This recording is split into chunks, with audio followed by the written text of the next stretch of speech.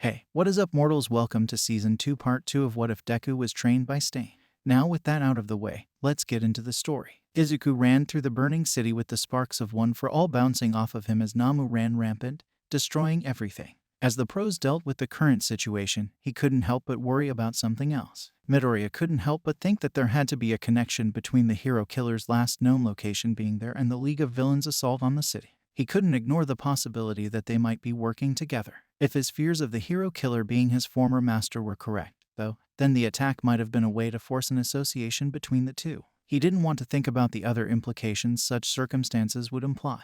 It wouldn't be a surprise to Izuku if Ida was in pursuit of or currently encountering the vicious villain. He cycled through all the information he knew about the hero killer: 17 heroes killed, 24 critically wounded, last sighted in Hasu, 60% of his victims found in blind corners and deserted areas. Midoriya turned into the closest alleyway. He hoped the latest bit of information he thought of might bear some fruit. Almost instantly, he wished that someone else had found them. Deku stood tall between Stain and Tenya, his expression solemn and emotions conflicting. His fears had been confirmed. Midoriya, Izuku, both combatants were in disbelief, not just because the Viridian-haired boy showed up, but because of the familiarity the other had with said boy. A cacophony of conflicting emotion violently tore their way through Ida's body and cannibalized themselves until only resentment and confusion were left. Looking between the two, he now couldn't deny the similarities in weapons and costumes. He felt like a fool for not making a connection sooner. Midoriya, you know this villain. You knew what he was doing to heroes, to my brother, and let it happen.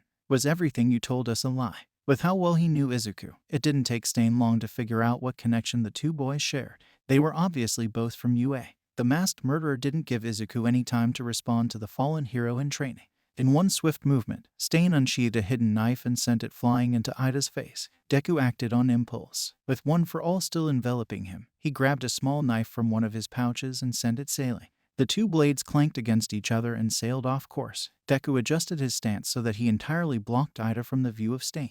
After surveying the situation for a second time, he started formulating a plan. Ida, what's your blood type? The duration of his quirk depends on it. I need to know how long you'll be out for. Tenya hesitated to answer, still unsure of Midoriya's motives and untrusting of the green-themed ninja. The possibility that Deku would use the intel to assist the blade-clad maniac came to mind. He couldn't take that risk. I'm here to save you, but I can't do that if I don't know the situation. So please, work with me. Midoriya turned his head slightly, flashing a comforting smile on his face in an attempt to calm his friend.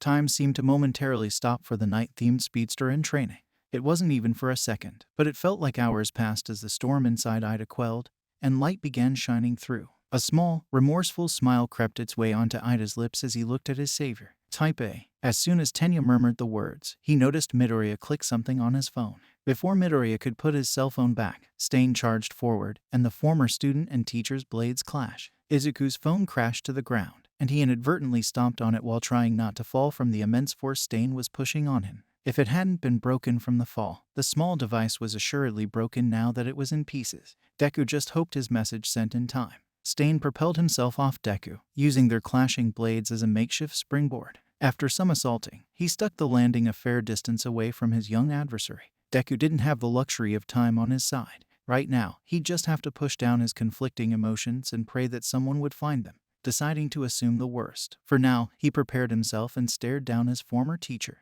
Izuku, you haven't changed, child. A true hero. Unfortunately for you, it is my job to kill these two. And if we're forced to fight, then naturally, the weaker of us will be called. So, what now? As Stain talked, he emitted an aura that Deku had only seen twice. The first time they met, and once during training. It shook him to his core both times. And this time was no different. Stain was out for blood. During their first ever meeting, he'd only experienced it for a split second and chalked it up to his imagination. The second time, however, convinced him otherwise. It didn't stem from anything drastic the second time, just some training that went too far. This time, though, it wasn't training, and there was no way out of it. Deku's heroic nature took over. He stood his ground with a confident, reassuring smile on his face, figuring wouldn't be able to catch Stain with his capture knives yet. He decided to take out his hunting knife. Deku sprung forth with one for all imbued in his body. Leaping above Stain, he let gravity do its thing and plummeted face first towards the villain.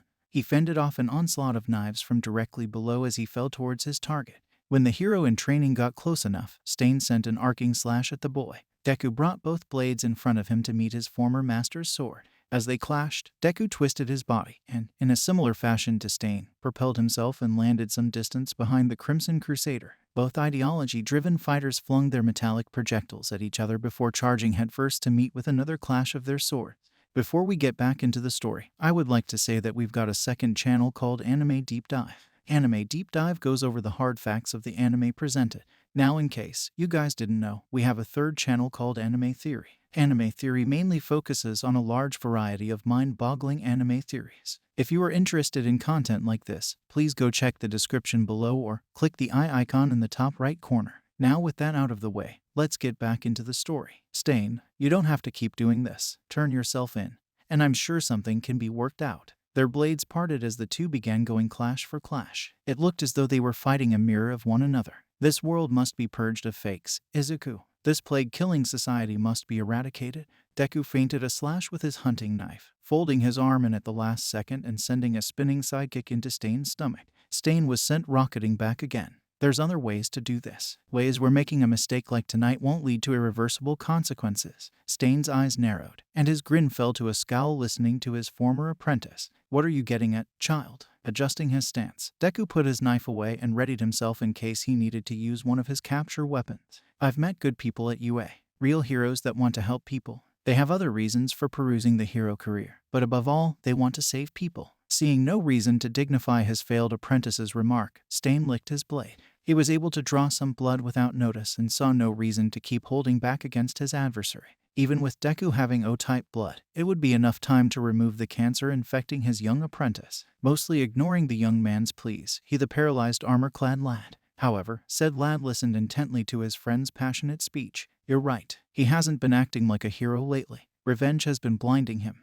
But in the short time I've known him, he's been more heroic and selfless than a lot of pros. Those words resonated with Ida. The anguish and guilt he felt for betraying his friend's expectations and then accusing him of being in league with a criminal were immeasurable. If he had the chance, he would make up for it. He couldn't, though. It was too late. He was about to be killed for being such an unheroic and dragging his brother's name in the mud. He was no hero. Closing his eyes, he waited for his demise. The next thing he knew, it was freezing cold, and there was a gust of wind. Still unable to move his head, Tenya glanced behind him the best he could. Sure enough, Shoto had arrived. The three boys had a short exchange with the two on the floor expressing their surprise at either Todoroki being there or the fact that he was using his left side. As soon as the three had their short reunion and Todoroki was informed of Stain's quirk, the fun began. The heterochromus boy sent blasts of fire and ice towards Stain. Immediately, he noticed the similarities between Midoriya and Stain's fighting style. While something he would have to question his new friend about, he decided to use this to his advantage for now.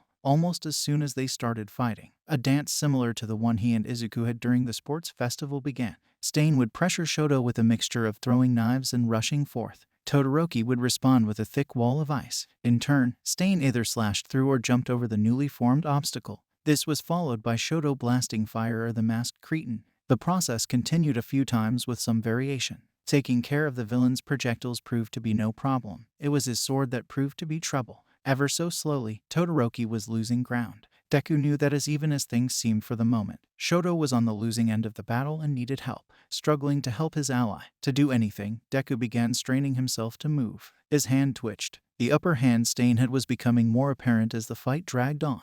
Shoto lost track of Stain. The villain's speed had been more than a surprise for him. Looking around, the red and white themed child found Stain behind him. Deku was in mid-air combat with the assailant, and the two were going blow for blow, unable to get a hit in as they fell to the ground, neither deciding to use their weapons. Todoroki sent out a blast of fire towards the two combatants. Deku cleared out of the way, and Stain barely got burned. They continued their assault with a mix-up of attacks between the two of them. They were at a complete stalemate. Neither party was budging. Grab the pro hero and leave me. My actions have more than proved how unworthy I am to be called a hero.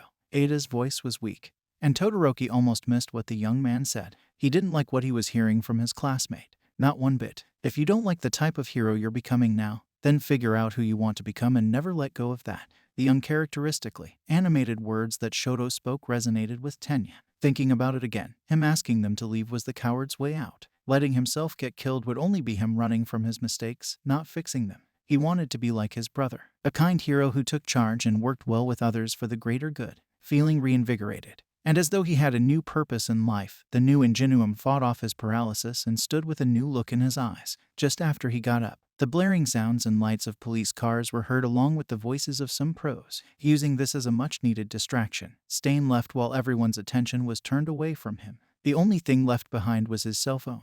The three boys hoisted Native up as comfortably as they could and carried him out of the alleyway. Stain had gotten away from them, but at least everyone was safe. When they got to the street, the trio was met with a couple police cars, Gran Torino, and one of Endeavor's sidekicks. Now in the clear, Tenya profusely apologized to his classmates for what he had done. The two began to comfort him, but it was cut short. A giant, lanky Nama with wings flew towards them and snatched Deku. As the two pros stood in shock, Ingenuum began barking orders at Shoto. Todoroki, I need you to create a path of ice going towards that villain, now. Shoto heard the desperation in his classmate's voice and had an idea of what he meant.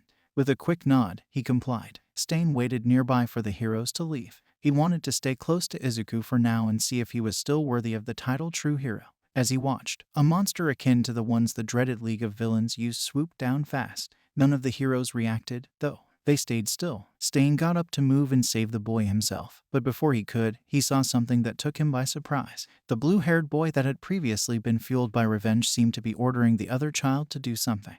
The other boy, the one with dual hair colors, created a slide of ice heading towards the winged beast. Stain watched in awe as the child he had previously tried to kill used the ice slide, along with his own quirk, to shoot into the sky and grab Izuku. Just as soon as he got a hold of him, the boy shouted something and, at a near-blinding speed, spun straight up.